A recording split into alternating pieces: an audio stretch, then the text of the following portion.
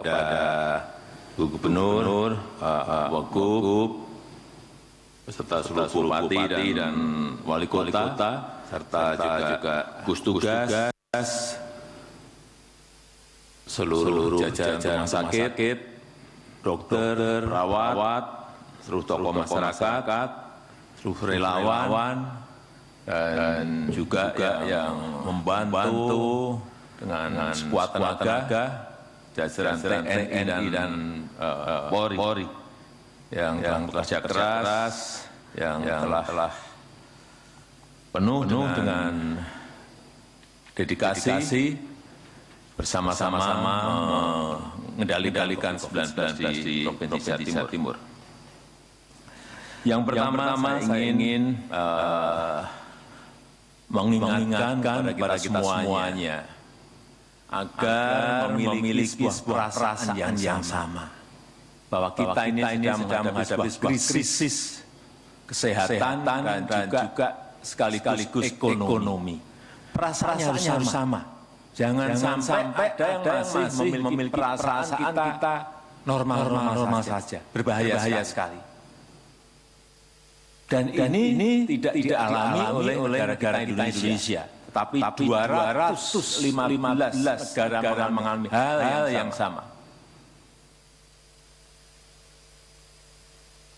Sekali lagi, saya minta kita memiliki perasaan yang sama, bahwa kita sekarang berada pada posisi krisis kesehatan itu dan ditambah dengan ekonomi. Sehingga kita ajak masyarakat juga sama, agar memiliki perasaan yang sama, bahwa kita masih memiliki sebuah masalah, yaitu urusan COVID ini. Jangan sampai ada masyarakat yang memiliki perasaan yang masih normal saja, sehingga kemana-mana tidak pakai masker, lupa cuci tangan saat habis kegiatan, masih berkerumun di dalam kerumunan yang tidak perlu. Ini yang terus harus kita ingatkan. Sebelum masuk ke urusan kesehatan, saya juga ingin mengingatkan yang berkaitan dengan urusan ekonomi. Kemarin saya mendapatkan informasi bahwa krisis ekonomi global itu betul nyata, ada benar-benar, dan semua merasakan. IMF menyampaikan, memprediksi bahwa tahun 2020 Amerika akan pertumbuhan ekonomi akan minus 8. Jepang akan minus 5,8%. Inggris akan minus 10,2%. Perancis akan minus 12,5%. Italia akan minus 12,8%, Spanyol akan minus 12,8%, Jerman minus 7,5%. Artinya apa? Demand nanti akan terganggu. Kalau demand terganggu, supply-nya akan terganggu. Kalau supply-nya terganggu, artinya produksi juga akan terganggu. Artinya demand, supply, produksi semuanya rusak akan terganggu. Inilah yang juga harus kita ketahui bersama. Bahwa kita dalam proses mengendalikan COVID, urusan kesehatan, tetapi kita juga memiliki masalah yang lain, yaitu urusan ekonomi. Indonesia 1,5 bulan yang lalu saya telepon pada managing director-nya IMF, Ibu Kristalina, dan dia mengatakan bahwa betul dunia global berada pada posisi krisis ekonomi yang tidak mudah, yang lebih berat dari besar 1930. Oleh sebab itu, dalam mengelola manajemen krisis ini, rem dan gas ini harus betul-betul seimbang. Tidak bisa kita gas di urusan ekonomi, tetapi kesehatannya menjadi terabaikan. Tidak bisa juga konsentrasi penuh di urusan kesehatan, tetapi ekonominya menjadi sangat terganggu. Gas dan rem inilah yang selalu saya sampaikan kepada gubernur, bupati, wali kota ini harus pas betul. Ada balance, ada keseimbangan sehingga semuanya dapat dikerjakan dalam waktu yang bersamaan. Inilah sulitnya saat ini. Oleh sebab itu kita masuk ke urusan kesehatan, urusan COVID. Tadi sudah disampaikan oleh Nur, oleh Ketua gugus tugas bahwa angka positif yang terkena COVID di Jawa Timur ini 183. Ini kemarin ya. Ini terbanyak di Indonesia. Hati-hati, ini terbanyak di Indonesia. Tetapi juga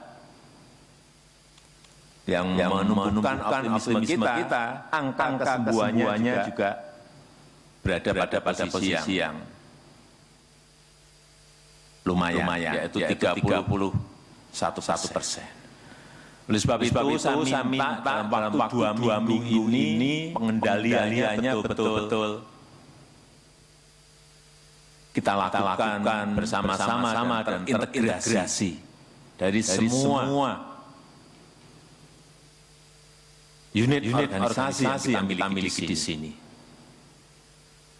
Baik itu di gugus tugas, baik itu di provinsi, baik itu di kota dan di kabupaten, seterusnya sampai ke rumah sakit, kampung, desa, semuanya ikut bersama-sama lakukan manajemen krisis sehingga betul-betul kita bisa mengatasinya dan menurunkan angka positif tadi.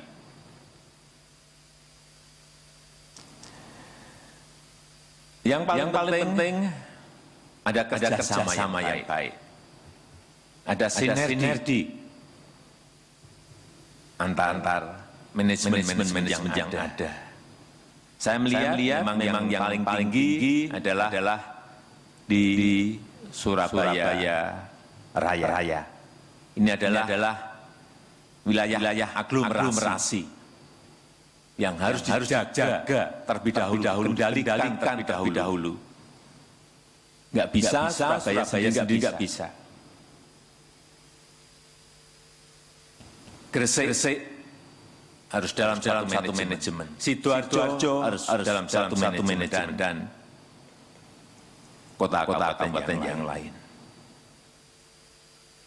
Karena arus mobilitas itu yang keluar masuk adalah dari bukan hanya Surabaya tapi dari daerah juga ikut berpengaruh terhadap naik dan turunnya angka COVID ini.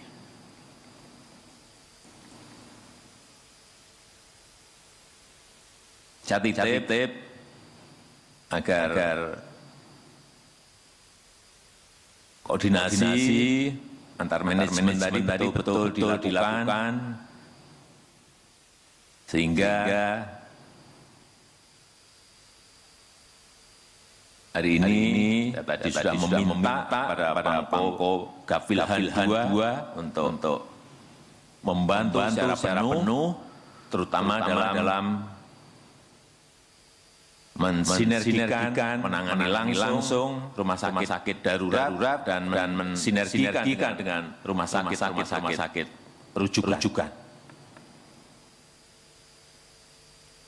Dipilahkan mana yang berat, mana yang ringan, penempatannya di rumah sakit yang mana, sehingga semuanya tidak masuk ke dalam satu titik dan tidak bisa-bisakan dan tidak menumpuk pasien itu di satu rumah sakit. Sementara yang lain masih banyak yang kosong. Dan yang kedua juga yang berkaitan dengan ini sudah dilakukan. Saya ikuti terus yang berkaitan dengan tes masif, pelacakan yang agresif, mengisolasi, treatment secara ketat, saya kira sudah dilakukan. Ini agar diteruskan dan dengan jumlah yang lebih banyak. Kemudian yang ketiga yang berkaitan dengan apabila nantinya ini terkendali dan masuk ke new normal, masuk normal, saya minta juga tahap-tahapnya diprakondisikan terlebih dahulu. Ada prakondisi untuk menuju ke sana. Jangan tahu langsung dibuka tanpa prakondisi yang baik. Kemudian yang kedua juga cari timing yang betul-betul pas betul. Setelah prakondisi timingnya ditentukan kabupaten mana. Dan yang ketiga, urusan yang berkaitan dengan prioritas sektor. Sektor mana dulu yang harus dibuka? Yang menjadi prioritas, bukan langsung semuanya langsung. Kita memang harus melalui tahapan-tahapan. Sehingga tadi saya sampaikan, gas dan remnya ini harus pas betul. Sektor yang memiliki risiko rendah tentu saja didahulukan. Sektor yang memiliki risiko sedang tentu saja di nomor 2-kan, dan sektor yang memiliki risiko tinggi di nomor 3-kan atau nomor 4-kan atau nomor 5-kan.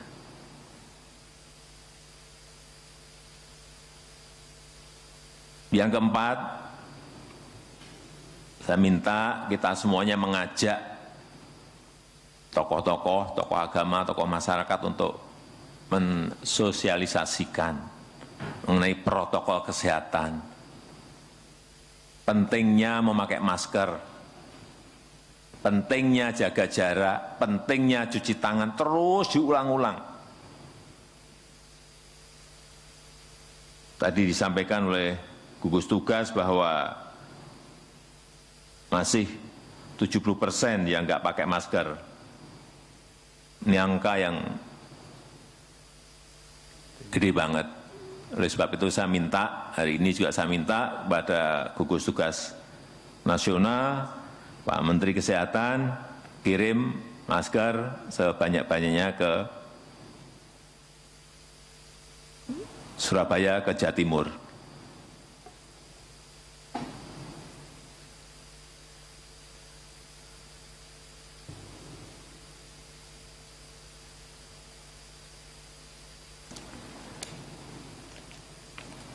Yang kelima,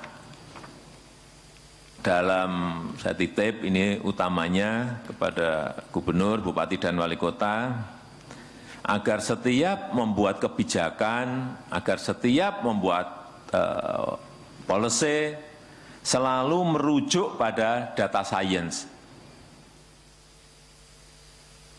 dan juga saran dari saintis. Jangan kita membuat kebijakan, membuat policy tanpa melihat data, tanpa mendengarkan saran dari para pakar. Ini berbahaya. Minta masukan dari pakar epidemiologi, minta saran dari pakar-pakar perguruan tinggi. Yang terakhir,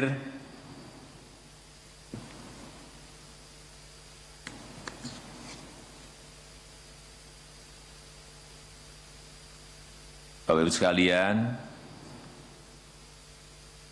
saya juga minta agar disiapkan plan A, plan B, plan C-nya. agar kita betul-betul terus siaga menghadapi situasi yang tidak terduga. Hati-hati, informasi yang saya terima tadi pagi, dunia sudah mendekati ke 10 juta kasus positif. Hati-hati, kita tidak ingin ikut terseret kepada angka-angka yang besar. Oleh sebab itu perlu kita terus siaga menghadapi situasi yang tidak terduga. Kalkulasi semuanya, hitung semuanya, siapkan antisipasinya semuanya, baik yang namanya rumah sakit darurat, kebutuhan SDM, kebutuhan tempat tidur untuk isolasi, baik di rumah sakit darurat lapangan maupun rumah sakit rujukan, betul-betul disiapkan.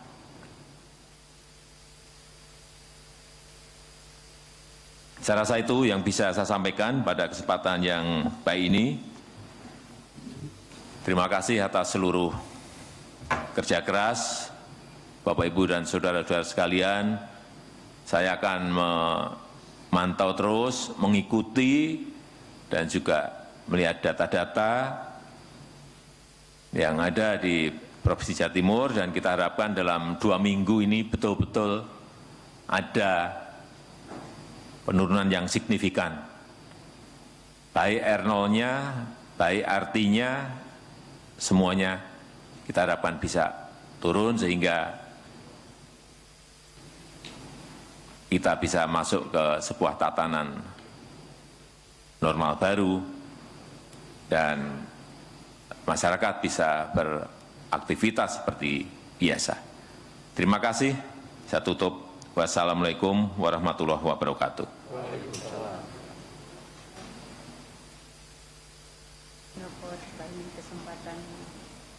Ya, 1, 2, 3 nggak apa? 3 maksimal. Ya. Terima kasih arahan Bapak Presiden sangat terang untuk kita semua. Kita semua sudah kerja keras, tetapi bahwa target yang lebih signifikan untuk bisa kita capai arahan Pak Presiden dalam waktu 2 minggu. Mudah-mudahan kerja keras kita bisa memberikan penurunan yang lebih signifikan dari kasus yang muncul dan dari penurunan angka kematian, dan sebaliknya adalah bagaimana meningkatkan angka kesembuhan dari seluruh pasien COVID-19 di Jawa Timur. Atas izin Bapak Presiden diberi kesempatan maksimum 3 orang untuk menyampaikan usulan, mungkin juga izin pertanyaan atau rekomendasi. Silahkan, boleh dari kabupaten, kota, atau juga dari rumah sakit, atau mungkin juga dari yang ikut support produksi APD selama proses pelayanan COVID berjalan. Silahkan.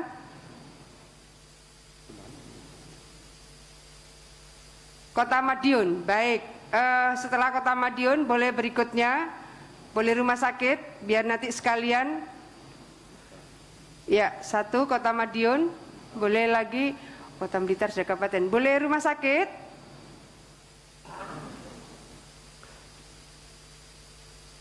Rumah sakit Lamongan, ya, mana? Atau izin untuk sementara, silahkan Kota Madiun. Jadi Kota Madiun ini izin Bapak Presiden, sebetulnya sampai kemarin itu hijau, lalu malam ada perubahan. Saya lihat di data tidak ada angka tambahan, tapi kok jadi kuning ya Pak Pak Doni. Monggo Pak Wali Kota Madiun. Assalamualaikum warahmatullahi wabarakatuh. Bapak Presiden yang saya hormati beserta pejabat yang mendampingi dan Bu Gubernur semuanya yang saya hormati, dan Bapak Kepala Daerah se-Jawa Timur yang saya hormati.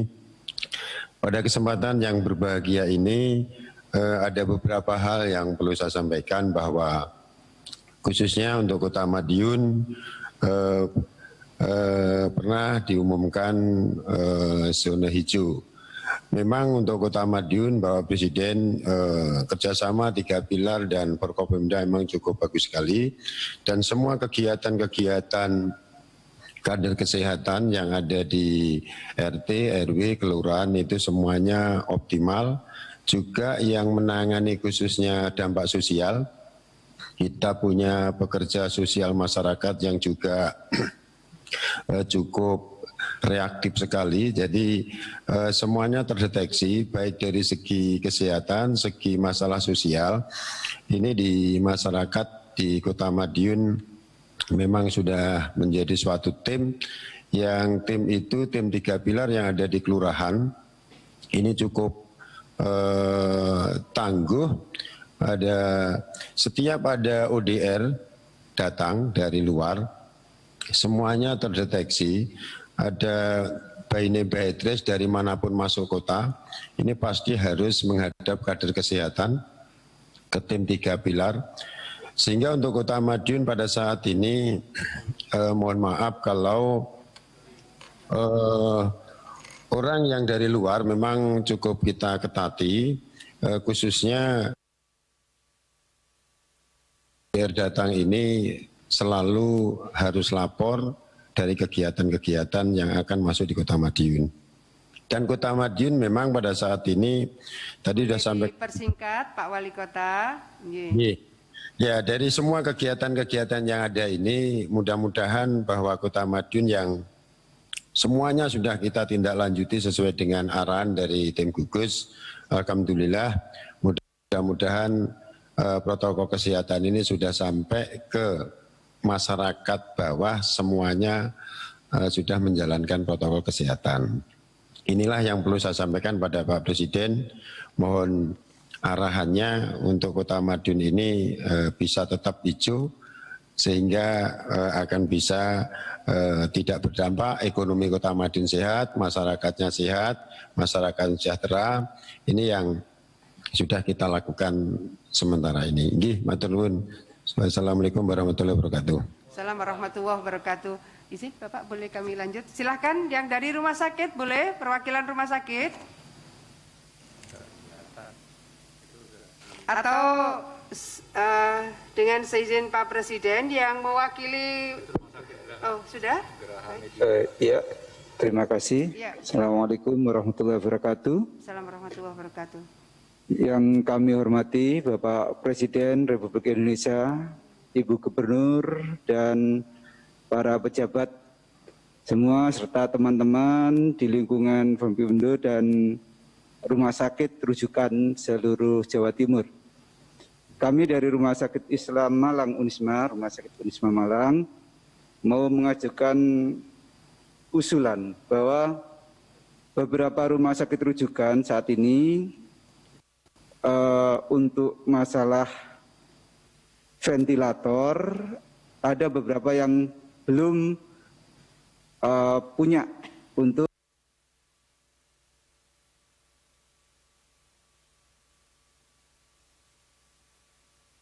minimal ada 1 ventilator sehingga terhadap pasien COVID bisa lebih maksimal. Harap semua rumah sakit rujukan minimal ada 1 ventilator sehingga penanganan tindak lanjut terhadap pasien COVID bisa lebih maksimal. Yang kedua, berkaitan dengan perekonomian, kami mengusulkan ada evaluasi kembali tentang standar kepulangan pasien dari rumah sakit. Melihat standar yang dulu bahwa pasien dirawat di rumah sakit boleh dipulangkan setelah 2 kali swab negatif, ternyata walaupun pasien sudah dalam kondisi tanpa mendapatkan infus, karena swabnya masih positif, dia masih di rumah sakit. Kami mengusulkan ada evaluasi terhadap kriteria ini dan kami berharap semua pemerintah daerah di Jawa Timur bisa menyiapkan safe house. Artinya ketika mereka sudah dalam kondisi klinis yang baik, tetapi swab masih positif, kalau toh mereka tidak memungkinkan isolasi mandiri di rumah, diharapkan mereka bisa digeser dari rumah sakit ke safe house dari pemerintah daerah setempat. Ini sangat membantu rumah sakit untuk kemudian menangani pasien-pasien berikut.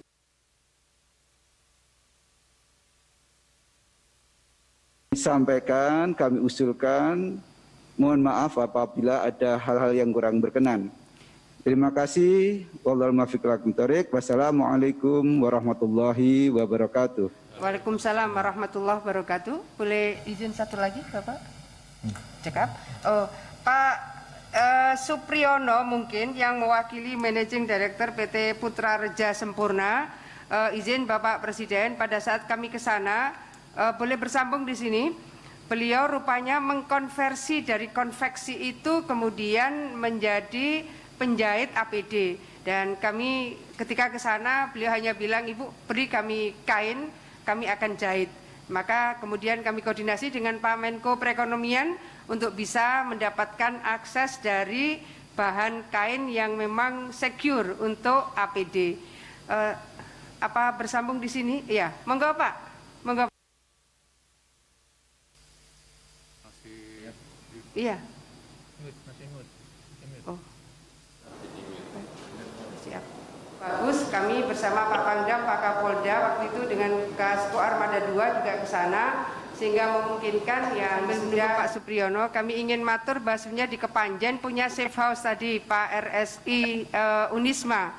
Safe house-nya cukup bagus. Kami bersama Pak Pangdam, Pak Kapolda waktu itu dengan Kasku Armada 2 juga ke sana sehingga memungkinkan yang sudah mulai membaik gejala-gejala klinisnya bisa langsung dibawa ke safe house di Kepanjen, Kabupaten Malang.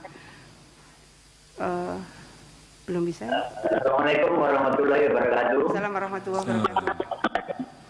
Yang terhormat Bapak Presiden Bapak Joko Widodo, yang terhormat Bu Khofifah sebagai Gubernur Jawa Timur. Dua poin singkat dari kami setelah kunjungan beliau Ibu Khofifah, mungkin kalau berkenan Pak Jokowi juga bisa berkunjung. Satu poin dalam support pemerintah di masa pandemi COVID-19 ini, saat itu spontanitas kita mengedukasi tim kami di PT Putra Reja Sempurna mengkonversikan dari product fashion dengan jumlah tenaga kerja kurang lebih 2.500 karyawan untuk kita switch untuk satu unit pabrik untuk menjahit APD, unit kedua untuk menjahit surgical gown, dan unit ketiga untuk menjahit masker. Itu satu poin. Poin yang kedua, harapan besar kami kepada beliau, Bapak Presiden. Jadi, satu sisi kita berjuang dalam COVID-19 ini, dan yang satu sisi kita berjuang juga di ekonomi sebagai bukti untuk memastikan bahwa sektor industri yang di kampung, yang di Probolinggo, alhamdulillah masih jalan. Namun dari sisi lain, besar harapan kami kalau Bapak dengan tim pemerintahan berkenan bisa memberikan fasilitas, terutama kalau masa COVID-19 yang di dalam negeri bisa selesai, kemudian kita bisa berkarya dan memberikan devisa untuk ekspor ke luar negeri. Saya kira itu. Terima kasih. Wassalamualaikum warahmatullahi wabarakatuh. Assalamualaikum warahmatullahi wabarakatuh. Terima kasih Pak Priyono. Demikian Bapak Presiden, mohon berkenan Bapak untuk barangkali memberikan arahan kembali kepada kami semua. Bapak izin. Ya, yang pertama tadi dari Pak Wali Kota Madiun, saya kira saya ingin menyampaikan ucapan selamat karena Madiun pada posisi resiko yang sangat rendah, dan untuk juga daerah-daerah yang lain agar strategi intervensi berbasis lokal ini betul-betul diperkuat, yaitu yang berkaitan dengan manajemen di kampung, manajemen di desa, di RW maupun di pondok pesantren. Saya kira kalau kita intervensinya berbasis lokal, seperti yang tadi disampaikan Pak Wali, saya kira akan lebih mudah untuk dikendalikan. Kemudian juga saya titip, terutama untuk Bupati dan Wali Kota, selain urusan kesehatan, juga saya minta untuk dipantau, dilihat yang berkaitan dengan bansos. Jangan sampai ada yang tercecer, kalau ada yang tercecer tolong diatasi oleh provinsi, gubernur, atau oleh wali kota di tingkat kota, atau oleh bupati di tingkat kabupaten. Sehingga masyarakat yang memerlukan bantuan betul-betul bisa mendapatkan. Kemudian yang ketiga yang berkaitan dengan stimulus ekonomi. APBD juga harus berpikiran masuk ke sini. Dari nasional pusat ada, tapi kalau dari daerah juga ada, ini akan jauh lebih baik. Selain menyiapkan anggaran untuk stimulus ekonomi di APBD, saya minta juga yang berkaitan dengan belanja APBD ini dipercepat. Belanja baik, belanja modal, belanja barang itu segera dilakukan agar terjadi percepatan pertumbuhan di tingkat masyarakat. Yang kedua tadi yang disampaikan oleh Bapak Dirut RSI Unisma, urusan yang berkaitan dengan ventilator nanti biar dijawab oleh Pak Menteri Kesehatan atau Ketua Gugus Tugas. Saya pikir kalau urusan ventilator nanti bisa dikirim segera. Kemudian yang terakhir yang berkaitan dengan perusahaan tadi, saya sangat menghargai sekali kecepatan pergeseran, menggeser situasi dari yang sebelumnya tidak memproduksi APD, kemudian digeser memproduksi APD dan memproduksi masker. Artinya secara cepat pengusaha bisa menyesuaikan dari kebutuhan pasar yang ada. Kita harapkan, saya juga baru kemarin mendapat informasi bahwa Indonesia sekarang telah bisa memproduksi kurang lebih 17 juta APD setiap bulannya. Dan sudah minggu yang lalu kami berikan dorongan agar kebutuhan di dalam negeri dicukupi kurang lebih 5 juta, sisanya itu bisa diekspor, baik itu APD maupun masker. Nanti kalau ada waktu, saya nggak tahu, saya ingin berkunjung ke Probolinggo ini ya, di Kepanjen. Ya. Saya rasa itu yang bisa saya tambahkan. Terima kasih. Baik, terima kasih Bapak Presiden yang kami hormati. Apakah Pak Menkes akan memberikan respon? Ventilator tadi masih ada. Oh, baik. Ventilator. Mohon izin, untuk ventilator akan segera kita dorong, tergantung kebutuhannya nanti berapa. Terima kasih Pak Menkes. Pak Presiden, kami menyampaikan terima kasih. Pertama bahwa kami dapat informasi dari Pak Menseskap, ini adalah kunjungan keluar kota Bapak Presiden yang pertama kali. Artinya kami warga Jawa Timur mendapatkan kehormatan dan perhatian yang luar biasa dari Bapak Presiden Republik Indonesia. Mudah-mudahan seluruh masalah yang harus kita selesaikan terkait dengan COVID dan dampaknya, dampak sosial, dampak ekonomi dan seterusnya, Allah segera memberikan jalan keluar, memberikan kemudahan kita, dan COVID-19 segera Allah angkat dari bumi Indonesia.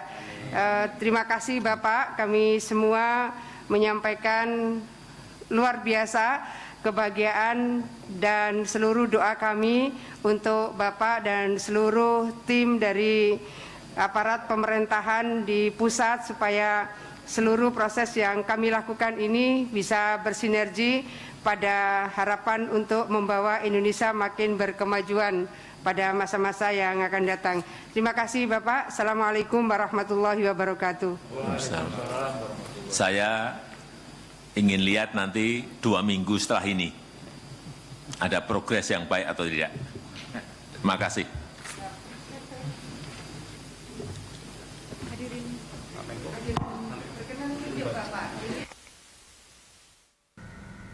Ya, pemirsa, dari Gedung Negara Geraha di Surabaya, tadi ada disampaikan sejumlah hal yang disampaikan oleh Presiden Jokowi dalam pemeriksaan penanganan COVID-19 di Jawa Timur. Provinsi Jawa Timur menjadi perhatian khusus karena kasus positif COVID-19 di wilayah Jawa Timur hingga 24 Juni 2020 telah mencapai 10.298 kasus, menempati posisi kedua di bawah DKI Jakarta dengan 10.404 kasus positif. Menanggapi hal itu, Presiden Jokowi mengingatkan seluruh masyarakat untuk terus mematuhi protokol kesehatan dalam melakukan aktivitas.